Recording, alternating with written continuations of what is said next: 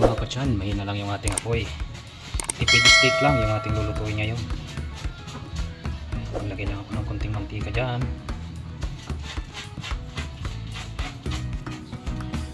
At yung mantika kalatin lang natin yan mga katsan sa ating lutuan. Ayan mga katsan, pakuluin lang natin yung ating mantika. Painitin natin ang painitin ang gusto. Ito yung steak natin mga katsan. Ayan. Nilagyan ko lang yan ng pamintang pulbos, asin, tsaka kunting magic sarap. Yan lang ang ano natin dahil ano lang to mga katsan, tipid tips lang na steak. Yan. Kailangan mga katsan medyo mahina lang yung apoy natin. Ganyan lang o. Yan. Para hindi masunog. Salang na natin yung ating steak. Yan. So mga katsan, isalang na natin.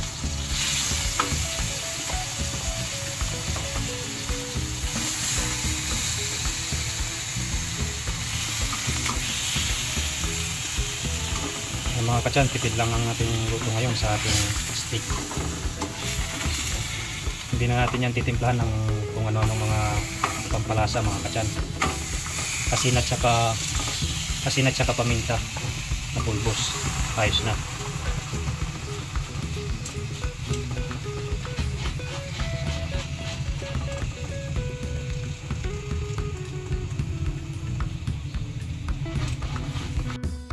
Yan mga katsan, ito yung ating lulutuin. Yun mga katsan, yung beef steak natin, yung steak na linuluto natin, lalagyan natin yan ng sangig. Ito yung estilo ko mga katsan, yung steak lagyan ng sangig. Ngayon lang ako makakapagluto nito mga katsan. Masubukan natin kung ano ang lasa at ano yung bango ng aroma ng sangig na ilalagay sa steak mga katsan. Yun mga katsan, yung niluluto nating steak, nilagyan natin yung sangig, dahon ng sangig mga katsan. Yan. Grabe mga katsan, napakabango pala ng ano nito, sangig pag nilagay sa steak na niluluto. Kung nandito lang kayo mga katsan, maamoy nyo talaga to. Yun mga katsan, ito luto na yung ating niluluto na steak. Ayan mga katsan, nilagyan ko pala yan ng dahon ng sangig. Ito napakabango mga katsan.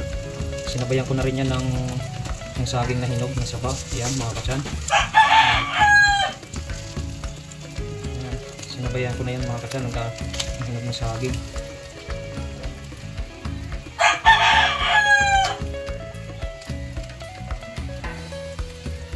Yun mga katsan, maraming salamat sa inyong patuloy na pagsuporta sa aking mga video cooking. Itong cooking ko na to mga katsan sa steak, ngayon lang po ako nakapagluto nito. Nilagyan ko lang po yung asin, pamintang pulbos at seasoning. At ito yung dahon ng sangig mga katsan, pampabango, pampalasa, pampasarap. Yun mga katsan, hanggang sa susunod natin mga video cooking. Maraming salamat. God bless po.